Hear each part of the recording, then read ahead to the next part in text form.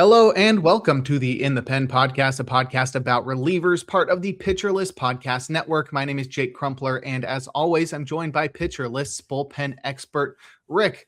How you doing? Did you see those the UFO files that were released last week? I did see them, glanced at them, and yeah, at this point, nothing's surprising.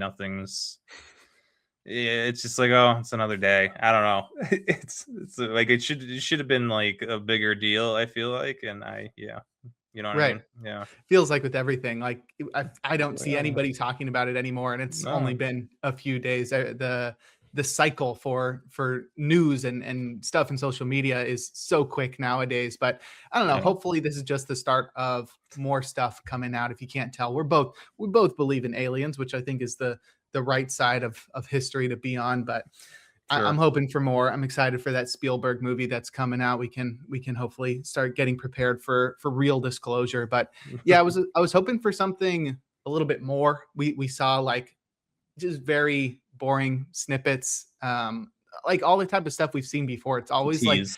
yeah, it's always like some military plane Yeah. video of a very small dot, and you're like, yeah, Ooh. that doesn't make sense. But what is it? Yeah. Right. I know. Oh There's well. no answers for. I mean, yeah, it's. I'm sure we'll get small little pieces here and there and over the next, however many years until it finally, finally get more of a bigger picture. But yeah, it's interesting. Yeah. Right. And hopefully someday we'll have aliens playing baseball or something. Yeah. Maybe they'll have to have their own league, but it would be interesting to see if we can sort of have them both. We can have the integration of aliens into baseball. They'll have That should be interesting. their own WBC team. Just throw them in there. That would be funny. Mhm. All right. We are here to talk about relievers. As always, we are going to kick things off talking about the news and notes from the past week. Then we'll get into our 3 up, 3 down section and talk about Rick's closer ranks. And then we're going to focus on some guys that have had pitch mix changes or velocity changes throughout this year, so we can see if some guys who are performing differently or pitching differently have a sustainable change to their profile. But let's start it off, as always, with the transactions from the past week, kicking things off with Jordan Leasure, who was optioned to the minors by the White Sox. It's been a tough season for Leasure, but he was somebody that was supposed to be one of their top arms. He was a guy who, before the White Sox signed Sir Anthony Dominguez in the offseason, was the favorite to close ball games. So with him out of the way, who are the top candidates for holds on the south side of Chicago? Well, they have a couple good left-handed options, I guess, in Newcomb and Brian Hudson. Hudson's had a nice little resurgence with them. Newcomb's coming off a good year in the bullpen last year as well. Obviously, Grant Taylor's there. Right-handed options, though, it's like, I'm going to say never, but like Jordan Hicks is not on the table for me. Mm-hmm. Tyler Davis is kind of interesting. He had a little bit of a rough outing the other night, but the fastball there is interesting to me, at least. It's he hasn't really figured out how to get swing and miss with the off speed or put it all together yet. But he's got a good base with his fastball, Tyler Davis. But then they just brought in Trevor Richards, who. Mm-hmm. I don't know. He's in a long relief role. Fine, that's okay to have him, but he's not someone you really want to count on for big innings or big outs at this time in his career. Yeah. So it was kind of an interesting bullpen when everyone was healthy at the beginning of the year, and now it's dwindled a little bit with Leasure going down. I don't think we were expecting much from Jordan Hicks, but like he just hasn't. There's nothing really there anymore. So it's they have their top 4 and then it's really thin after that. All right. So with Jordan Leasure headed back to the minors, we can sort of count on Sean Newcomb and Brian Hudson to be the top holds guys, because Grant Taylor's usage is just going to be unorthodox throughout the season. We saw him act as an opener throughout the season. I think the White Sox are definitely not giving up on him as a starter. So it's going to be all over the place. So from one Sox to another Sox, we'll go to the Red Sox and talk about Justin Slaten, who was activated from the 15-day IL after missing more than a month with an oblique strain. Jack Anderson was optioned to the minors in a corresponding move, but Slaten should slot right back into the high leverage situations there in Boston. Yeah, I mean they have one of the more easier to follow bullpen situations with Chapman's getting the 9th, Whitlock's getting the 8th, and Slaten's the 7th inning guy when he's healthy. So yeah, it looks like nothing's changed. He'll be the 7th inning guy for them. Fastball velo looked good in his first game back. So yeah, I'm looking forward to seeing him and not Greg Weisert or Zach Kelly trying to hold things down in the 6th and 7th inning for the Red Sox moving forward. Mm-hmm. All right. And our last transaction was maybe the most surprising of the bunch, as the Giants optioned Ryan Walker to the minors. They also sent Gregory Santos on the bus to AAA along with Walker. And corresponding moves, they brought up Dylan Smith and activated Sam Hentges from the 15-day IL. Hentges missed the past year and a half with shoulder and knee surgeries. So cool to see him back. But with Walker, who was the club's opening day closer, he was their closer for the most of last year, now out of the way. That means the 9th inning is now up for grabs in San Francisco. We talked last week about Caleb Killian getting the club's last save. They have not had a save since then, and it still seems pretty unsettled. But who's your favorite for saves in San Francisco? It's still Killian. And yeah, I mean, it seems like they really want to keep Keaton Wynn into a setup role and that's whatever for the fireman guy there. That's fine. That leaves you with Killian, who was warming up yesterday to go into the 9th inning, and then the Giants put 3 runs on the board in the top of the 9th. So Killian was going to get a save yesterday, or save chance at least. The only other guy, maybe, I mean, Eric Miller should be back this week, so that throws a wrench into it because he was getting some saves, especially against lefties. And yeah, I mean, Joel Peguero is kind of the wild card. He's still throwing 100, but like he's not getting swing. I mean, it's only been 2 games back, but like you still just don't see that swing and miss stuff you would want from him. The guy throwing 100, and it's just super frustrating. And slider doesn't look as good either.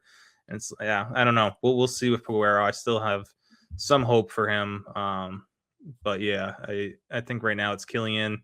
With Eric Miller back, maybe that's some sort of, committee with those 2 guys, left-right matchup based closer committee.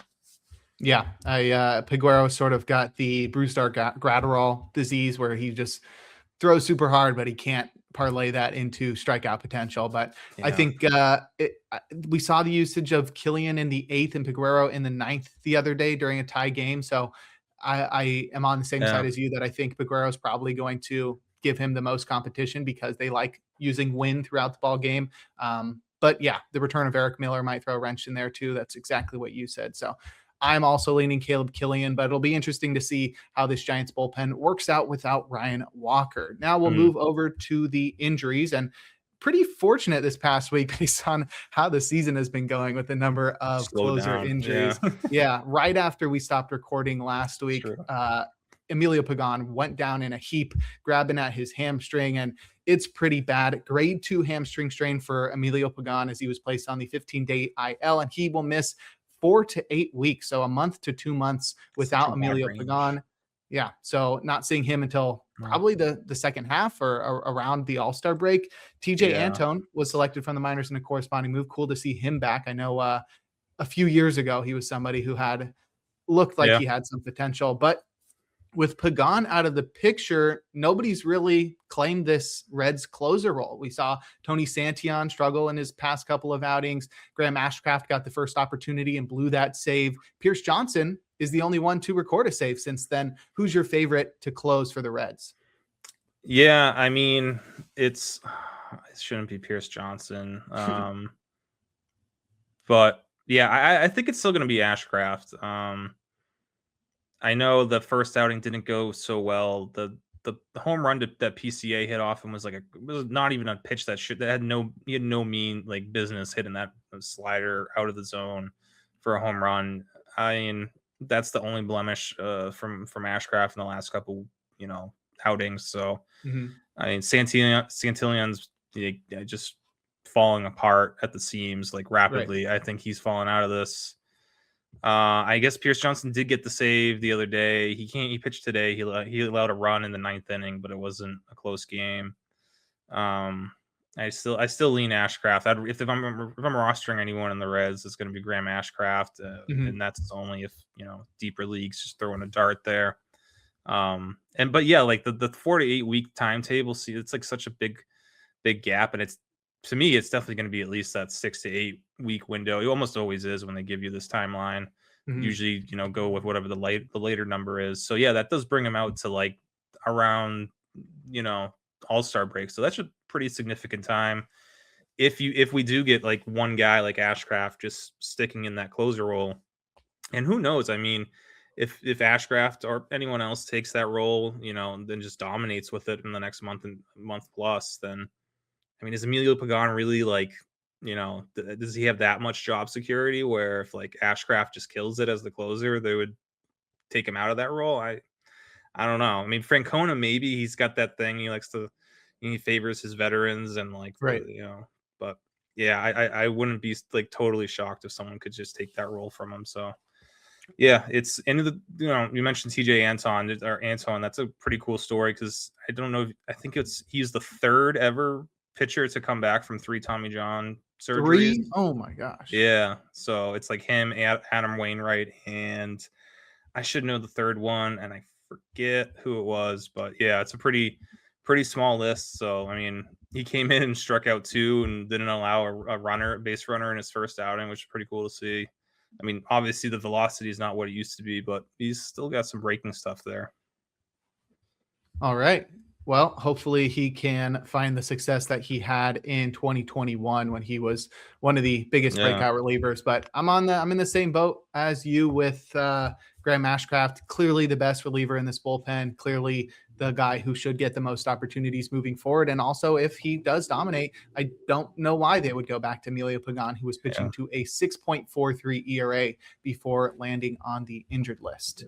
Sticking in the NL Central, we have a very minor injury. Chris Deviniski was placed on the 15-day IL with an illness. He was actually just suspended for intentionally throwing at South Stewart in a game a couple of weeks ago. So very weird reintroduction to the majors for Chris Deviniski as he finally got onto a roster again and just immediately started throwing at guys, and then on the IL with an illness. So the illness is probably in his brain from being all crazy out there, but who knows? Hopefully Deviniski returns to health shortly. Cam Sanders was recalled to the minors in a corresponding move and then subsequently optioned back to the minors to make room for Brandon Bedois. Is that how I think it would be pronounced? French. He was recalled from the minors, right? And Bedois has a high strikeout, high walk profile, but he does have a 70 grade slider according to Fangraphs. Yeah, he's very, very interesting reliever. I mean, I don't expect the command to be great, but just interested to see how his stuff looks at the major league level. I did, definitely was not. Did I say Adam Wainwright? That was wrong. The TJ Anton 3 Tommy Johns. It was Johnny Venters and Jason Isringhausen or the other 2 guys. So I remember Johnny Venters when he came back. That was an interesting one. He was super old, right? Yeah, I mean, it took him a while to come back. I mean, for that last stint. But was it with the Braves? He definitely was with the Braves for a while. I don't know if that was his last. Yeah, that's when he had some good years with the Braves before the Tommy Johns. But oh my gosh, that was like a 6-year absence. Yeah, that was a huge gap. Yeah, that sounds right. Wow. Okay. I mean, Chris Deviniski. I mean, speaking of a huge guy, I wasn't like when Chris Deviniski was called up this year. I was like, oh, he's still kicking around. That's interesting. I didn't realize we would see his name at the MLB level this year. And then, interesting turn of events. But I mean, Sanders wasn't that interesting, but Bedois could be interesting. Yeah, that slider and the fastball I think is decent enough. Just see the command's always been. I mean, that's the issue with most of these relievers at the minor league level. It's just are they going to have a walk rate above or below 10%? And that's going to be the issue there, because there definitely needs to be, they need a right-handed reliever in that Pirates bullpen. I don't know. I don't know if Benoit is the answer, but they need some help there, because from the right side, it's been a struggle this year. Yeah. All right. Brandon Benoit, someone to watch in the Pirates bullpen. Next IL placement is Brock Stewart, who was placed on the 15-day IL with a bone spur in his foot. He'll be out approximately 3 weeks, and that one's just a terrible stroke of luck. Maybe not luck, because Brock Stewart just seems to always be injured. He was activated. Yeah, he was activated for 3 days before landing on the injured list. Made his season debut, two appearances, 2 innings, and then just done. But that's sort of been the theme of Brock Stewart's career, where he's just been unable to stay healthy, just injuries all over the place. And now we're out. Now we're without him for another month. Yeah, I mean, obviously the Dodgers will survive; they'll be fine. But it is kind of a bummer, because he just came back. I'm like, all right, this could be like their best right-handed reliever option. Like he's better than Treinen, more consistent than Will Klein or Edgardo Henriquez right now. And then right back on the IL after 2 outings. So hopefully it's the 3 to 4 weeks, and he'll be back in June. But you never know with Brock Stewart at this point. He's one of the more injury prone relievers out there. While we're here with the Dodgers bullpen, do you have any takes on Kyle Hurt? We haven't talked about him really at all. But through 10 appearances thus far, 0.90 ERA, 38% strikeout rate, supported by 23% swinging strike rate and a 2.7% walk rate. That's Kyle Hurt. The issue I have, and not an issue, it's just like the stuff doesn't match the outcomes right now, and I think it's such a small sample size at 10% that he's really doing a great job locating his fastball, and in 10 innings he's done it well. Is that something, given his background and profile, I'm not sure that's something that, like, he's not gonna have this elite command all year. I mean, the changeup's pretty good, but the stuff does not match the numbers and the output so far. So there will be definitely some regression. How much, I don't know. And the other thing is, like, the Dodgers, when you trying to find who's going to get holds in that bullpen, it's such a hard thing to do, because I don't know, they don't really have set roles outside of like a few guys. And I feel like he'll be like another Jack Dreyer at the end of the day, which is like a really good, solid reliever who's probably not going to get you a lot of holds, but he won't kill your ratios and give you some strikeouts. He's just like, I don't know how valuable he is, and it has to be a pretty deep league, for that value. So I love what Hurt's doing so far, but I don't know. I don't see anything. Maybe I'm missing something, but the stuff doesn't scream like that this is legit. It's, just a really good run right now. Right. Yeah, I'm not seeing anything either. So that's some great insight on Kyle Hurt's hot start to the season. Our last IL placement is Bennett Sousa of the Astros, who was placed on the 15-day IL with elbow inflammation. Jaden Murray was recalled from the minors in a corresponding move, but Sousa spent very little time in the big leagues this year, as well as he opened the season on the IL, I think, or was he in the minor leagues? He was on the IL. Yeah. Same elbow thing. Yeah. Okay. Yeah. That's a bit concerning. He was there for 2 weeks and then back on the IL with another elbow injury. So I don't think we'll see Sousa back for a while, as the Astros are going to want to be 100% sure that he's 100% healthy before activating him. Yeah, and I guess if there's any silver lining, it's like, they get Josh Hader back in a week, 2 weeks. All right. So they'll have him back. King's been pitching well. Okert's been pitching pretty well. So they have their lefties. So yeah, finding a righty.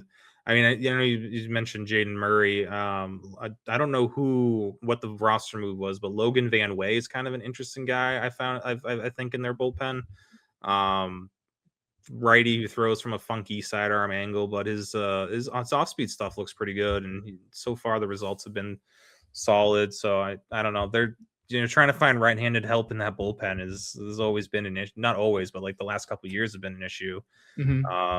Outside of, usually they could trust Abreu, but they don't even have that anymore. So yeah, trying to find the right-handed bullpen help in that bullpen right now, and just, searching for anything. But Logan Van Way, maybe really deep leagues, Logan Van Way could be an interesting name to keep an eye on. But Maybe in the future. He was optioned to the minors in a No, he corresponding move wasn't. to Tatsuya Imai's Oh, why activation. did they option him? They should have optioned. No, okay. You Yep. know what? Well, sorry. Woo.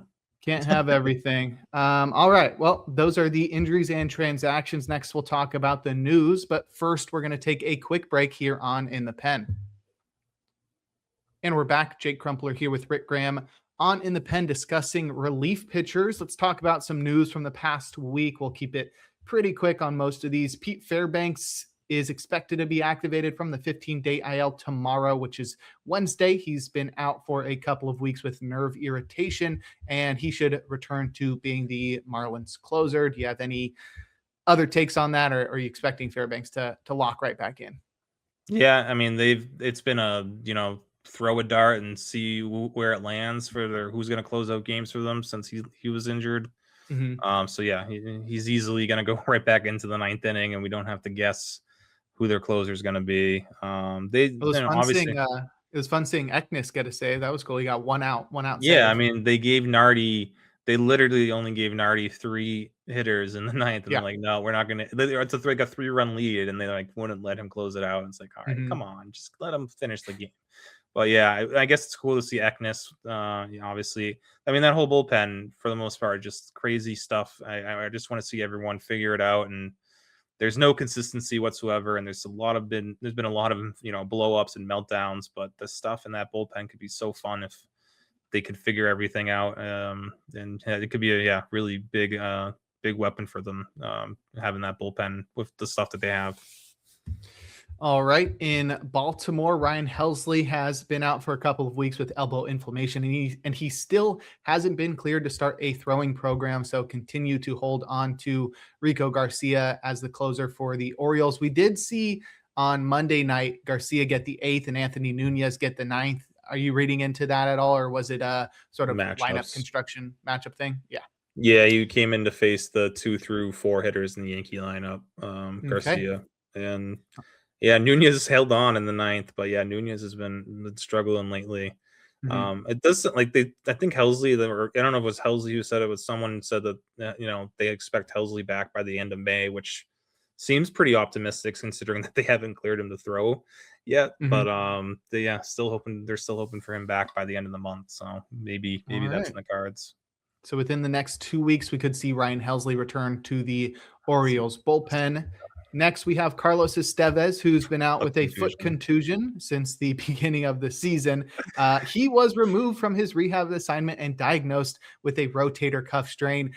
I don't know how it took them so long to catch that, but that explains a lot of the issues that he's had with his velocity and his performance. And I think it's safe to give up on Carlos Estevez for 2026. Yeah, he's going to be shut down for a while. And then, I mean, I don't know if I'm guessing they did imaging finally. I don't know. But it's just like, I don't know if a strain could be, I don't think we know exactly the severity of it yet. So yeah, I mean, we knew that there was something wrong with his arm in March. I guess it took us till May 11th, 12th to figure out that, it's not a foot contusion. I mean, they knew it wasn't a foot contusion, but still, we finally got to the conclusion that we were waiting for, and there it is. So if you were stashing Estevez, you don't need to anymore. I guess that means Lucas Erceg can still be the closer for now, but I don't. It's like it's literally like Carlos Estevez is not pitching this year, but like the essence of him is in Lucas Erceg, because Erceg's numbers this year are like very Estevez like. It's like he has no right being good, and I mean, he's not like he's been good, but like all the number, like swing and miss is just like worst, like third worst in the league. I mean, strikeout minus walks terrible. Everything's bad. 18% walk rate is ridiculous. I mean, they have Estevez and Erceg, so I guess they're fine. The Royals are still doing what they do. They do. I'm still not giving up hope that Daniel Lynch takes over that closer role at some point. He's just looked so much better than every other reliever in that Royals bullpen. But for now, just keep holding Erceg as he keeps getting saves, and the ERA has not inflated yet. Next, Ben Joyce, who's been out with a torn labrum since last May, was scratched from a rehab appearance. Apparently, he wasn't recovering as fast as the club wanted. So I don't think we're going to see Ben Joyce returning in a ahead of schedule, like it seemed like he was on pace to. Yeah, it sounds like they think it's something minor, but yeah, I don't. It's Ben Joyce. I mean, until like really with him, until I see him on a major league mound, like I won't believe that he's like available to pitch. It's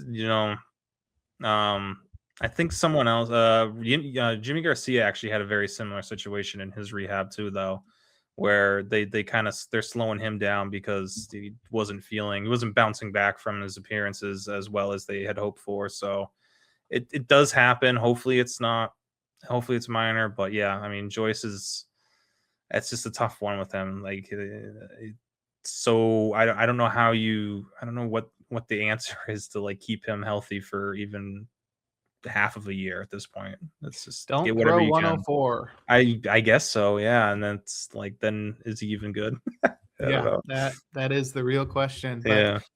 I mean, we're both hoping for him to return as quickly as possible and as healthy and effectively as possible as well. But for the time being, I think I don't know. Ride Ryan Zefferjon. Yeah, I'm in on that.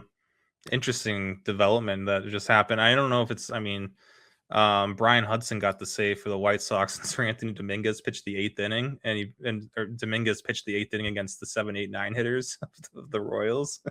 Of course, Hudson got wet, and Salvador Perez and the Hudson the left. I mean, Pasquantino was in there, but that's an interesting thing to keep an eye on, I guess. Yeah, because I thought Sir Anthony Dominguez was going to get the 9th inning no matter what. That was his thing. I guess that's not the case with him. So I don't like that. Not a good development. Not my favorite development that we've had on the podcast before. All right. Our last bit of news involves AJ Minter, who's recovering from Latz surgery that he underwent last May. Minter is expected to resume his rehab assignment this weekend. We had gone like a month without news, maybe even more, where it said Minter was about to embark on a rehab assignment. We just didn't see anything from him, but I guess that had paused at some point, and now he's back on his rehab assignment. So we could see AJ Minter back with the Mets in the next couple of weeks if all goes well. Yeah. No, what was it? A hip injury. And then, so it's been so long since we've seen him healthy as well. But hopefully, I mean, the rehab was going well until it wasn't. So hopefully he's just a minor setback, and definitely helps the Mets bullpen out a little bit, giving them hopefully an extra arm, especially from the left side that they can rely on. So Brooks Raley isn't, the only lefty they have. But yeah, hopefully we can see. I want to see Minter back healthy. He's one of the better setup men in baseball over the past few years. Yeah, I guess Dominguez was pitching in a tie game.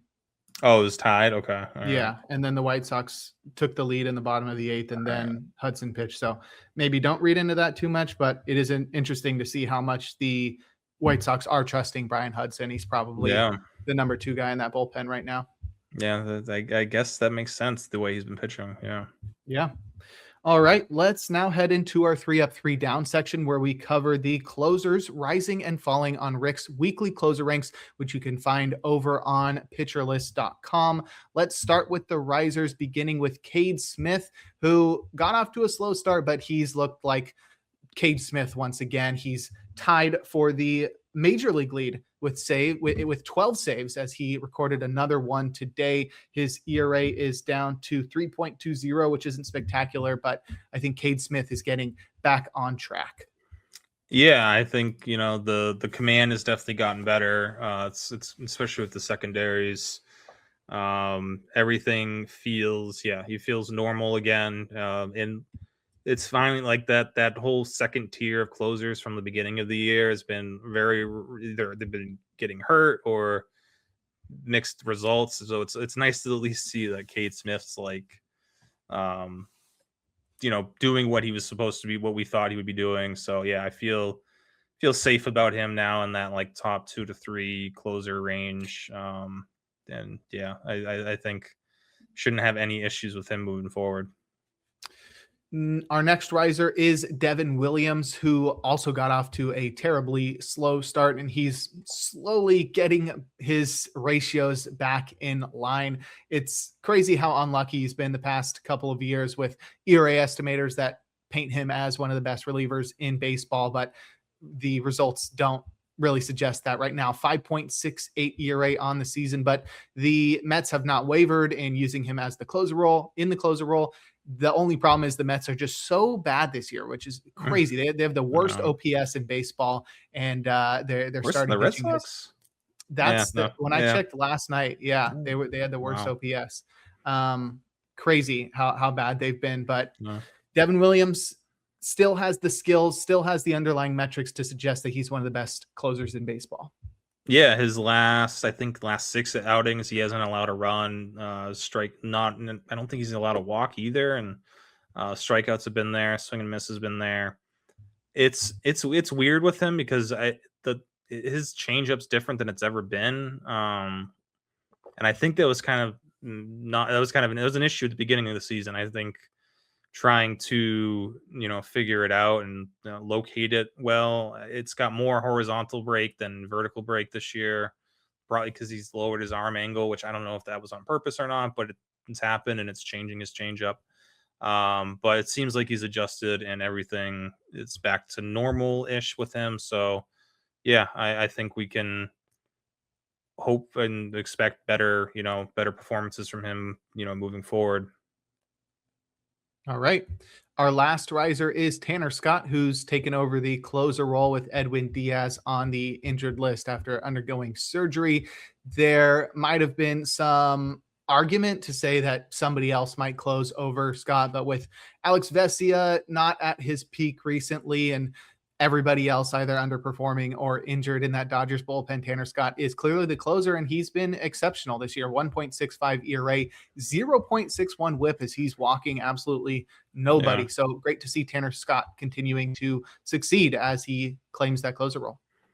Yeah, I think I had originally had him up high, and then it was like he started pitching in the 7th inning. I'm like, all right, maybe it was weird for a couple weeks. Maybe he's not going to get every save chance. And now, 3 weeks past the Edwin Diaz injury, and he has gotten every single save chance. So it appears like he is the clear cut closer there, especially the way that they're using like Vesia and Treinen. It doesn't really seem like they're going to mix into the closer role at any point. So yeah, I mean, he's been great, Scott, and he's got the role. So at least through the end of the All-Star break, maybe trade deadline ish area. So that's a pretty good range there for Scott to give you a bunch of saves and hopefully help your ratios and give you some strikeouts as well. All right. Well, as those guys rise up the closer ranks, others need to fall to accommodate them. Our first faller is Daniel Palencia, who continues to rely on splitters as much as sliders, but the results haven't been bad. 2.57 ERA is good. 25% strikeout rate is solid. He's still the closer for the Cubs. So why do you have him falling down the ranks? I think it's not really falling down. I had him, I think, just too high when I put him back in last week. And honestly, and like looking through the ranks, the save only ranks, like 2 through 18 is there's not a huge difference between that huge gap. I feel pretty confident in all of them. Palencia just hasn't pitched as much. The slider, I want to see the slider. He hasn't figured out his slider this year. It's not been working for him. Fastball still looks fine. He's throwing a splitter more, but yeah, I like some other guys a little bit more, but again, not a huge deal with him falling. Our next faller is Jacob Latz, who has pitched great this year out of the bullpen after transitioning from the rotation. He's added velocity so that he's sitting around 96 with his fastball, and the ratios have been incredible. 0.87 ERA, 0.44 whip, but the strikeouts aren't really there, and the usage is a little bit weird. He got a 2-inning save on Sunday, but he still appears to be the go-to guy for the ninth inning for the Rangers. So what Yeah. has you dropping Latz down the ranks? It's similar. It's in that 2 to 18 range, and I think it's just there's other guys, and I was excited about Latz for the 3 outings from the week prior where Mhm. he was in 95 to he was touching 96 with his fastball, and this past week he's back down to like 93, and that you Mm. see the strikeouts aren't there anymore. He's Right. still getting outs. He's still useful. He's still effective.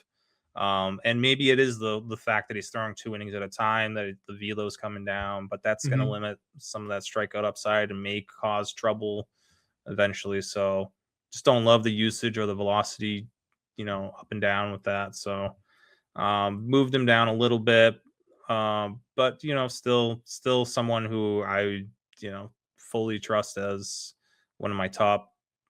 Again, 2 to 18 is really close, so he's in that range still. All right. And the last faller is another guy who sort of climbed up the ranks alongside Jacob Latz, and that's Jack Perkins. He has not been used exclusively as the A's closer. They like to use him in multiple innings. They're not tied to him in the ninth inning. We even saw Hogan Harris get a save earlier or at the end of last week on Friday. And Perkins sort of has the opposite problem of Latz, where he has the strikeouts, but the ratios aren't there. 4.11 ERA, 1.24 whip, but a 31% strikeout rate from Jack Perkins. What has you dropping him on your ranks? Yeah, I think the fact that just the usage, and it really seems to be like the A's don't want to commit to him or anyone as their closer, like their Mhm. capital C closer. Um, the other day it was pretty telling where they pulled him when he still had the lead. I think he faced 4 batters, and any other team with like their normal closer, they're gonna let him get the last out, and they pulled Perkins for Hogan Harris, and it's like that's that's not what you do with your closer on the mountain, like your guy, your closer. So Mhm. I think we're gonna see up and down usage with him. Probably still the favorite for the most saves there. I didn't. He's still in the 20 range or something for me. So not totally writing him off, but just it's going to be, or there are going to be weeks where he probably doesn't get any saves, and there are going to be weeks where he's going to get you 2 saves and do pretty good. So yeah, just going to be a little bit bumpier ride with Jack Perkins. All right. Well, that will wrap up the 3 up, 3 down section. To recap, our risers were Cade Smith, Devin Williams, and Tanner Scott, and our fallers were Daniel Palencia, Jacob Latz, and Jack Perkins. Now we can move into our main topic, but first we're going to take another break here on In the Pen. And we're back. Jake Crumpler here with Rick Graham on In the Pen discussing relief pitchers. We're heading into our main topic and discussing pitchers that have seen changes to their pitch mixes or have seen increases to their velocity. So let's start off. I think we're probably going in an order that closely matches your Save Plus Hold rankings. So we'll start with Bryan Baker, who has thrown a lot more changeups this year, up 17% on the changeup while throwing less sliders, as those have seen a 19% decrease in usage. And Bryan Baker has been incredible as the Rays closer this year because of it. I think there may be another level to reach, even if he does Yeah. sort of reclaim that slider. I wouldn't say, oh, he's throwing that changeup more and that's why he's having success, but it's cool to see him have success without the need to have that slider. Yeah, I mean, I think we talked about it maybe last week with the Rays and changeups, and I went and looked, and the Rays are leading the league in changeup usage. So Okay. they're on a changeup kick. Baker being one of those guys. Changeup was always great. But yeah, throwing it to righties this year, and yeah, the slider. Yeah. It's not like the slider is a bad pitch either. That's the 99th thing. It's not percentile POV. what the slider. Yeah. Or This year. yeah. I mean, he just needs to. I mean, I would love to see. Honestly, he could just mix and match all 3 of his pitches evenly, or what? Uh-huh. Yeah, he. That like you said, that does open up once he gets that feel for that slider and throws it more. If he does, I mean, that opens up another level to Bryan Baker, who's already dominating. So Mhm. yeah, I mean, still very underrated Bryan Baker. Finally getting the roster numbers up. But yeah, yeah, Baker's been been awesome, and that changeup is really good. Still rostered in just 52% of leagues, according to Fantasy Pros. Maybe higher on Yahoo. People are more active on there, but yeah, definitely under rostered. Brian Baker's been incredible this year. 30% strikeout rate, 2.16 ERA, and 11 saves. And that changeup also incredible, 94th percentile PLV. So the breakers are, the breakers are looking good to pair with that fastball. Next, we've got Robert Suarez, who has added a cutter this year. He was a guy who used to throw a sinker. He's dropped the sinker 10% usage, and the cutter he throws 14% of the time. He throws it at 96 miles per hour. It's a pretty decent pitch, and for a guy who is reliant on getting chases on changeups, obviously he's going to be pitching out of the zone. So having a secondary pitch to pair with that four-seamer that can earn consistent strikes, I think is huge for him. Yeah, I mean, having something that's breaking glove side finally. I think he used to throw a slider. I don't know. He didn't throw one last year, really. 2023, he threw a slider 4% of the time. Yeah, so it's like he hasn't really had that option. So this wrinkle, and that's really all it needs. It doesn't have to be the best cutter. Again, his changeups like never. We talked about him last year with just throw the changeup a little bit more. It's not the best changeup, but just throwing it, having it. Makes a huge difference, as it did for him last year. And now he's got the cutter with the changeup, and the fastball still great. So yeah, just another, it's good to see him like commit to throwing it. Cause we see like Devin Williams was like throwing his cutter, and then he just, gave up on it. A lot of guys just give up on those pitches they're working on in the off season and in the spring. But yeah, Suarez is committing to the cutter, and it's so far so good with him. I mean, his ratios have been sparkling so far. Right. And his signature pitch is that four-seamer, 92nd percentile PLV from Robert Suarez's four-seamer. So just to have anything to keep batters off of it, I think is just going to allow it to have even more success. And that has sort of borne out in the ratios, 0.53 ERA on the season for Robert Suarez, who also has a career-high swinging strike rate, but the strikeout rate is down. I think we could see that rise even further as he gets more strikeouts. So next, we have Jhoan Duran, who has thrown his quote-unquote sinker more. This was a pitch that used to be labeled a splitter, but now they're calling it a sinker. I don't think that matters. Regardless, he's throwing it 10% more often. It's his most used pitch. It's his primary now. Yeah, it's I don't know how I feel about that being his. I mean, he still has. And the other night, not tonight, but when did he pitch? Sunday night. It was like old school Duran. He was just bullying hitters, throwing 101, 102, just throwing his fastball. And like, that's the guy, that was the guy coming up that was, everyone talked about. And then, he's just throwing the splinker a lot, which I get. It is a nasty pitch. Like it's not a good pitch. It's just, I think he could rely on his fastball a little bit more. You throw 102, man. But yeah, it's interesting to see him going more and more towards the off-speed stuff at this point in his career. So maybe it's speed at 97. I know I know it's 5 miles per hour lower than his fastball, I guess. Right. But yeah, it's I know it's a nasty pitch. I get it. But I think the fastball still plays well too if you wanted to lean on it.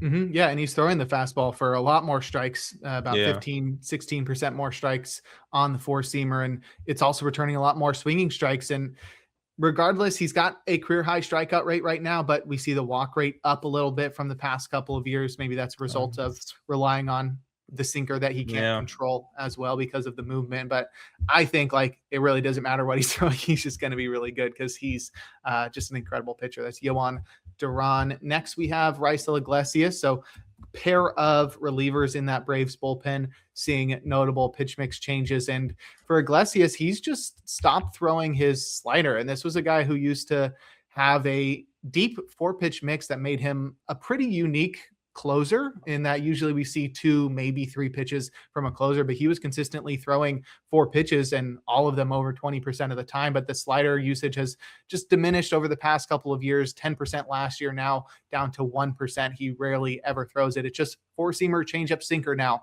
from Raisel Iglesias. I think it's concerning for him against right-handed hitters because that slider was supposed to be the pitch that dominated them, but Yeah. he just doesn't throw it anymore. And I don't know if that changes how you think about him, but the results have been incredible regardless. I don't know. I don't know how to think about him. He had another pretty good outing tonight. Again, it's just like I was trying to wrap my head around how it's almost. I mean, Bryce Elder's been awesome too, and it's like, what's going on? I mean, Iglesias is better than Bryce Elder, but it's the strikeout numbers is what is like boggling my mind because he's throwing his fastball. He's four seam or sinker. His fastballs, 67% of the time, and he has a 20+% swinging strike rate with his fastballs when that's like all he's throwing, and they're not good. They're below average fastballs, and he's throwing them. It's not like he's spotting corner. It's a weird. I don't know. It's working. I guess we ride this and just trust that this fastball is harder for hitters to hit than it looks or something. Because this is the change he made last year in the second half that he just was like got rid of his slider, just threw all fastballs, and it worked. So I don't know. I guess I feel like there's going to be. It feels like there's got to be some sort of breaking point where hitters are just sitting on his fastball that he's throwing 67% of the time, and they're able to square him up. But I don't know. It hasn't happened yet. I would imagine the book is out on him and what he's doing at this point. So it's weird. But I mean, maybe the changeup, just throwing that changeup just a little bit, like he's throwing it 32% of the time. Okay, so that's his. Yeah, I mean, the changeup's probably helping hitters stay off balance, but that changeup's only like 6 miles per hour different from his fastball. I don't know. We'll see what happens with Iglesias, but it doesn't make sense to me. It's still kind of boggling my mind how successful he's been. Right. I agree. The sample size is small at just 10 games thus far. Yeah. Because he was injured. So maybe that has a lot to do with it. He has not given up a home run yet this season, which is going to change. And this is a guy who in the past has, sort of wavered between giving up home runs and not giving up home runs. So this could turn around quickly. Good thing they have Robert Suarez there, but I don't think there's any reason to, fade Raisel Iglesias at this point. It's just weird to see him have more success while limiting his arsenal and sort of giving him more trouble versus right-handed hitters, but it's working. I don't know if it'll last forever, but only time will tell. Next, we got Pete Fairbanks, who is throwing his cutter more often, 28% more often to be exact. And that has taken away from his slider usage. The pitch is down 21% in usage. The cutter is at 89 miles per hour. It's a pitch that he doesn't control as well as the slider, but I don't know. I don't really know what to think of it. It was a pitch that he, I think, incorporated at the end of 2025 for the first time. Yeah. And I don't know if it's making huge changes. It did allow him to strike out a lot more batters before he got injured. Yeah, and I mean, I think he had huge success with it down the stretch last year, and I think it's like, he wanted to throw it a lot more this year. Clearly, I think we've talked about this already with him. It's maybe gone a little bit too overboard with it. Mm-hmm. Probably, again, I mean, the cutter and slider are very different. You could throw both. Like he should be. I think maybe if he's throwing the cutter 32% of the time, slider 19% of the time.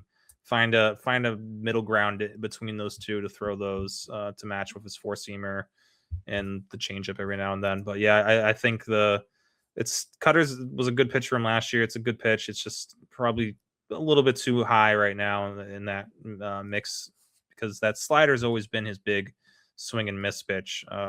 So yeah, would like to see him throw the slider a little bit more. Because that's almost always been his best pitch, the slider. Mm-hmm. All right, so Pete Fairbanks throwing more cutters this year. We'll see how that changes or doesn't change when he returns from the injured list on Wednesday. Next, we have Riley O'Brien, who has thrown a lot more sweepers, plus 23% on the sweeper, and that's minus 16% on sliders to make room for the sweeper. He's also throwing his sinker a lot more, plus 11% on the sinker. So almost solely sinker slider from Riley O'Brien. And it's worked out very well this year. 31% strikeout rate, 2.84 ERA, sub 1 whip. Riley O'Brien's been great. Swinging strike rate's up. His walk rate is at 1.3%, which is absolutely bonkers. Obviously, I don't think this is going to last forever just because the BABIP is, wow, it's still at 333 and he's just gotten away with it. He's a high ground ball guy. So you assume a high BABIP, you assume a high whip because of the hits, but because he's not walking anybody, I don't know. Do you think he can continue to just live in the zone at 55% with the sinker and then have the sweeper sort of just land outside of the zone and trust batters will chase it? Yeah, I mean, that's the change this year is that the sweeper is that swing and miss offering. The slider he can throw for strikes, and the sinker he throws for strikes. So it's that sweeper. Is it gonna last? Is he gonna be able to fool hitters? No one's touched that pitch yet. Zero average, zero. I mean, wow. So yeah, because I mean he's got a 22% zone rate, so it's not. It's even when it's not a pitch that hitters are supposed to touch or hit. So, yeah, so we're 22% zone rate. He's got a 49% strike rate. I mean, doesn't seem like something that's gonna last, but I still like, again, I'm not. I think that K percentage is gonna come down. Probably the walk percentage. I mean, the walk percentage is definitely going to go up. They're if batters stop chasing that sweeper. Yeah, that sweeper. So I mean, yeah, there's still going to be some regression here, but I don't think it's going to be. I think we've already seen some of it, like with that BABIP being high. Like he's been hit around a little bit the last couple outings, and like he's still fine. I think this is, start of the regression. I think he'll be fine. I think he'll be able to survive and hang on to that role there, especially when there's not much competition. So. Yeah, that sweeper won't be as good, year round, the rest of the year probably.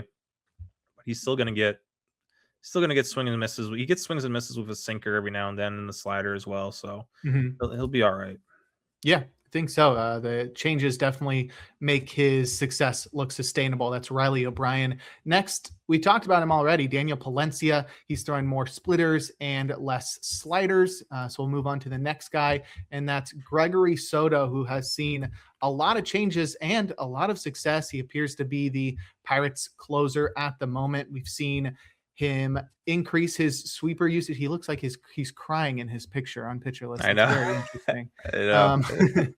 Gregory Soto has thrown sweepers 24% more often. He's reduced the usage of his slider by 20% and his sinker by 14%. And then he's throwing more four seamers 11% more often. So seeing a evening out of his profile, he was a sinker slider guy for the majority of his career, but now he's going sinker, sweeper, four-seamer, and slider. And I think that makes him somebody that can have a little bit more success against both handedness, just the fact that we're seeing more four-seamers, which is going to be a better pitch versus opposite-handed batters. And that sweeper, I think, is even more successful against lefties than the slider is.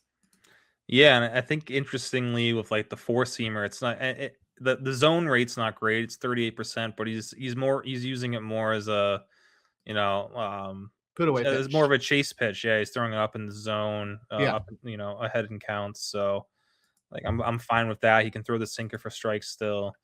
But yeah, that new sweeper is, I mean, it was devastating for hitters, especially early in the year. I noticed like him throwing it so much, and he was getting a ton of swing and miss. Still has a 21.3% swing and strike rate with it. And the sliders, that's like the slider's never been that bad, but it's like now the second best secondary he has, and it's just adding another weapon in that sweeper. So yeah, I mean Soto looks pretty locked in right now. Doesn't have much competition for saves in Pittsburgh. So yeah, I mean he's definitely someone who's very under rostered at the moment, but Santana's just completely fallen off that planet, I guess, that bullpen. He's still getting holds, I guess, but Santana's not someone you want in save leagues anymore. All right. Next, we have Jack Perkins, who we talked about as well. He's throwing his changeup 10% more often. That pitch has been a huge swing and miss pitch, and I think it really helps Perkins have success against left-handed hitters because he's a four-seamer sweeper guy that's going to have a lot of success against right-handed hitters with that sweeper, but incorporating the changeup more often, seeing it record a 25% swing strike rate has been huge for Jack Perkins. Next, we have Ryan Zefferjon, who is throwing more sinkers, and he's throwing them harder as well. The sinker is up 20% on its usage while he's cut back on cutters.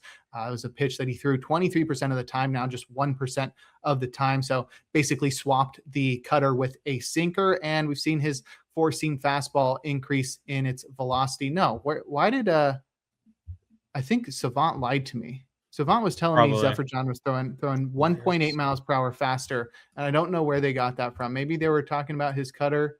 The cutter is down 1.5 miles per hour. That doesn't make any sense. Okay, maybe it's the sinker. Yeah, no, it's not up in velo. It's down. Oh yeah.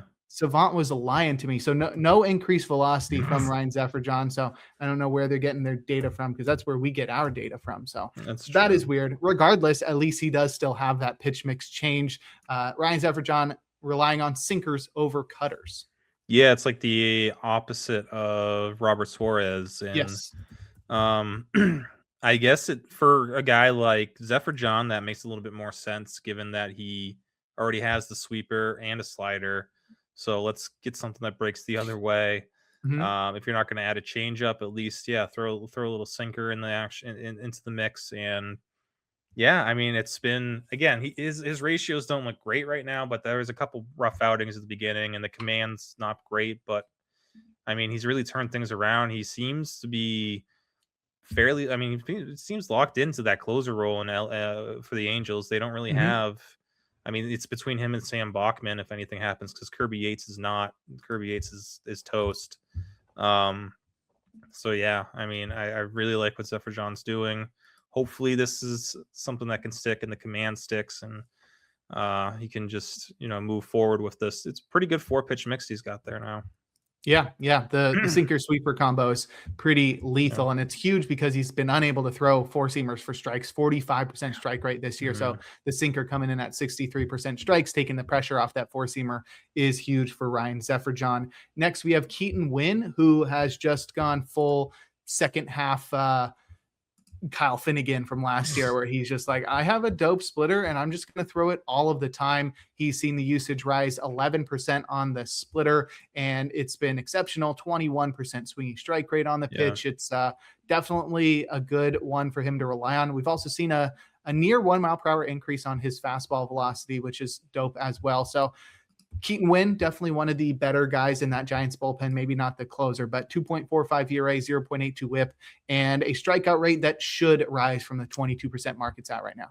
I know that's the one thing that doesn't make sense to me, the strikeout rate, but yeah, I'm guessing that should almost certainly rise. And again, I'm not a huge, splitter guy, but he's able to throw his splitter at least, 37% zone rate for it. That's fine. I'll take that with a splitter. And it's not like he's throwing at 65, 70%. Like 55% is a good number, as long as he's able to locate his fastballs, which he does. Like he's got that sinker who he'll throw the sinker over as a strike pitch. The four-seamer he can throw at the top of the zone, try to get some whiffs or bad contacts. So I like what Wynn's doing, and that strikeout rate should definitely come up with that splitter. Or it would be nice if he had like the slider he threw 5% last year. He's only throwing it 1% this year. I don't even know. That's probably like 3 pitches. But if he had something like, if he had a decent slider to mix with all of these, it would be nice. But we'll take the splitter and fastball for now. Yeah. All right. Next, we've got Daniel Lynch, who we've been a big fan of this year. This is a guy who he transitioned from being a starter to a reliever, and you'd expect, a big influx of strikeouts or a huge jump in velocity or a lot of success, because he was sort of a failed starting pitching prospect. We saw the velocity come up last year 1 mile per hour, but it didn't lead to success. It did not lead to strikeouts, less than 16% strikeout rate from Daniel Lynch. But this year, velocity up just a little bit more, 0.5 mile per hour, and along with increased sinker usage and less four-seamers. Daniel Lynch has really taken off. 33% strikeout rate. He's got a 2.20 ERA and a 0.73 whip. I've been loving what I've been seeing from Daniel Lynch with that increased sinker usage. Yeah, I mean, the sinker is just a lot better than the four-seamer. Yeah, no, you can mix in the four-seamer here and there, but the sinker is the better of the two, and he's really a sinker slider guy. But the changeup is is what keeps him why I think he could be, a potential closer for them, because he's got that changeup to get righties out, as well as the slider and sinker. Legit 3-pitch mix here. I mean, none of them grade out exceptionally well, but they're all average or better probably. And he's been able to command well this year. So yeah, I mean, most of these numbers with him are not super sustainable. But I don't think we're going to see a massive regression that makes us want to drop him in every league. I think he'll be sturdy for holds leagues for the most part, and especially given that bullpen, there's not a lot of depth. So he'll be around. He'll be in some sort of important role in that Royals bullpen. That's Daniel Lynch. Next, we have Mason Montgomery. And obviously, if you've listened to this podcast even once, you probably know that this is a Mason Montgomery Stan podcast. We've been looking for him to find support for his big fastball that he throws up to 100 miles per hour from the left side. And Montgomery has incorporated a new curveball, cutting back on his slider usage by 18% to focus on 17% curveballs, which I don't know if that's the solution, but it gets a lot of whiffs. The slider gets a lot of whiffs. Maybe it's just another pitch for him to use. Maybe it's a pitch that's better versus right-handed hitters. He throws it 25% of the time versus right-handed hitters, while the slider's down to 5%. So giving him a better offering to handle opposite-handed hitters. Yeah, I mean, he never, last year he was fastball slider, which left him, with no off-speed pitch to throw to righties. So, instead of adding a change, I mean, you throw a couple changeups earlier in the year. I don't know if he's going to go back to it. They weren't bad. They're actually pretty good changeups. But, instead of the changeup, he's been focusing on the curveball as his off-speed offering to righties. And it's been so far so good with that. I mean, it's been getting hit over. The command is obviously, with any pitch in Mason Montgomery's arsenal, command is an issue. And curveball is still, he leaves it over the middle of the plate a lot. But the pitch itself has got some promise. I don't know. It's really with him now that he has this. He's got the slider. I think just like finding a good way to attack hitters, just like finding the perfect mix. And I think he'll be ready to take off. I feel like we're so close to him, getting to that next level. It's been a really good, the last month he's been dominant. But it still feels like there's something missing. He's not quite, there yet. So I think we're close. So once he figures out how to use all these pitches, and even if that changeup comes in, I mean, I don't know. It's just really exciting for Mason Montgomery. But yeah, I just want to see. The command is always going to be a concern with him, but the new curveball is definitely a plus. All right. Next, we've got Yennier Cano, who is throwing his splitter 22% more often. I don't know if it's just a complete change of labeling, where they're just labeling the changeup that he used to throw more often pretty much, as a splitter, but the movement profile is a little different, and they're probably measuring the spin on those pitches as well. I'm pretty sure splitters are pitches with low spin rates. We got a 1,500 spin rate, but so are changeups. So it's hard to tell. It's like a 300 RPM drop in spin rate from the changeup to the splitter. So maybe he is just relying on splitters more often than changeups. And it's worked really well for Cano, who's got a 1.29 ERA and a 0.50 whip as he's just walking nobody, 2% walk rate. Yeah, this is kind of, 2023 Yennier Cano, like back when he first kind of broke out. The low walk rate, the ground ball rates being way up. This looks like the Yennier Cano we're used to, and thankfully for the Orioles, because they, Andrew Kittredge has not worked out. Who knows if Helsley's hurt? Who knows if Anthony Nunez is able to hold on here, because he's struggling right now. So yeah, Cano's been a huge savior for them in that bullpen this year, and hopefully that splitter sinker slider combo is able to keep him cooking. All right. Tony Santion, somebody that we've talked about already, but he's thrown a lot more curveballs this year. No more sliders anymore. He's throwing his curveball 26% more often. Not really working. It's like all the other guys we talked about. It's like, oh, here's the changes, and oh, they're doing so well. So maybe that actually means something. But Tony Santion, 5.17 ERA, 1.53 WHIP, 23% strikeout rate, 13% walk rate from Tony Santion. We did see him struggle at the beginning of last year, and then he really turned it around in the second half. I don't think it's going to be because he's just not throwing any more sliders anymore, but the curveball was a pitch he never even threw in 2024. So Yeah. I don't know if this is really the solution for Santion. The curveball is, I think, I mean, last year it was better than the slider. It probably is the better offering, but I think there's the changes with him this year too. I mean, the arm angles has dropped down a little bit. So it's a little bit different curveball than what he was throwing last year. And then also, like, that's led to the 2.5 mile per hour difference in his fastball being down 2.5 miles per hour this year. Not good. Yeah, which I probably should have just like stuck with my initial gut reaction that was not good. I thought, like, all right, it's he's throwing it from a lower arm angle. It's kind of working, even though the That velo's like gone. screams injury to me. I know it feels like there's something going on with his shoulder, maybe. Just yeah, but anyway, I mean, yeah, I hear you. But the curveball, yeah, it's still a pretty good pitch, but like, I mean, a 9.7% swing strike rate on that, I mean, that's got to be better. Yeah. So yeah, I don't know. Maybe he needs to go back to throwing the slider. I mean, throw all three of them. I don't know. Throw the changeup. Something needs to change. Something different Yeah, than what he's doing.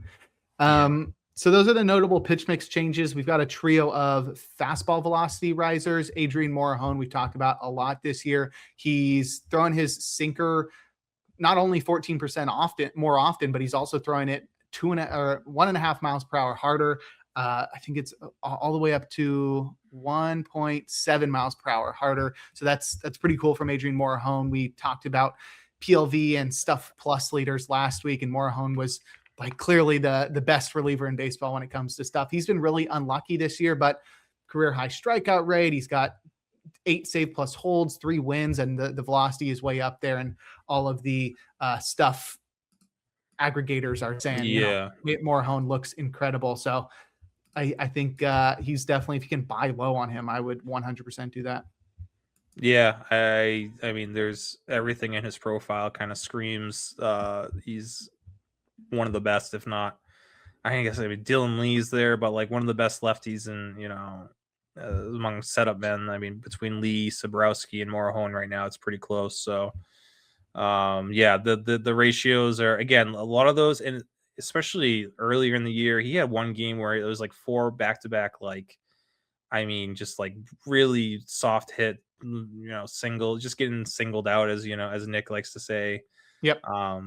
Just a lot of that it's going to change. It's the luck's going to turn around. It's not like he's getting hit terribly hard. So yeah, the stuff's ridiculous for Morejon right now. All right. Next, Graham Ashcraft is up 1 mile per hour on his signature cutter. He throws it 50% of the time and a slider 50% of the time. The slider velocity is up 1 mile per hour as well, as he's throwing that one at 91. So 98 mile per hour cutters, 91 mile per hour sliders. Graham Ashcraft has looked dope this year too. Definitely the best version of himself. Unfortunately, the walk rate is just way up. And I just don't think that's going to continue, because it's not been a huge drop in strike rate. It's maybe just a loss of focus in 3-ball counts, but I love the stuff from Graham Ashcraft. Yeah, I think, the cutter is fluctuated. The velo was up earlier in the year, then it's really frustrating with him. Recently it's been back up to like the 98 range. But like last week it was like in the 96 range. But yeah, if he's throwing that cutter 98 plus, I mean, yeah, he's really tough to hit. So I I think, sometimes, you get that, that role, you become the closer and all of a sudden you start throwing hard. It happens with so many guys. Like you start throwing a mile per hour harder because you're the closer. So maybe that's what it will take for him to be consistently 98 plus. And I'll take it if Graham Ashcraft's there. That works for me.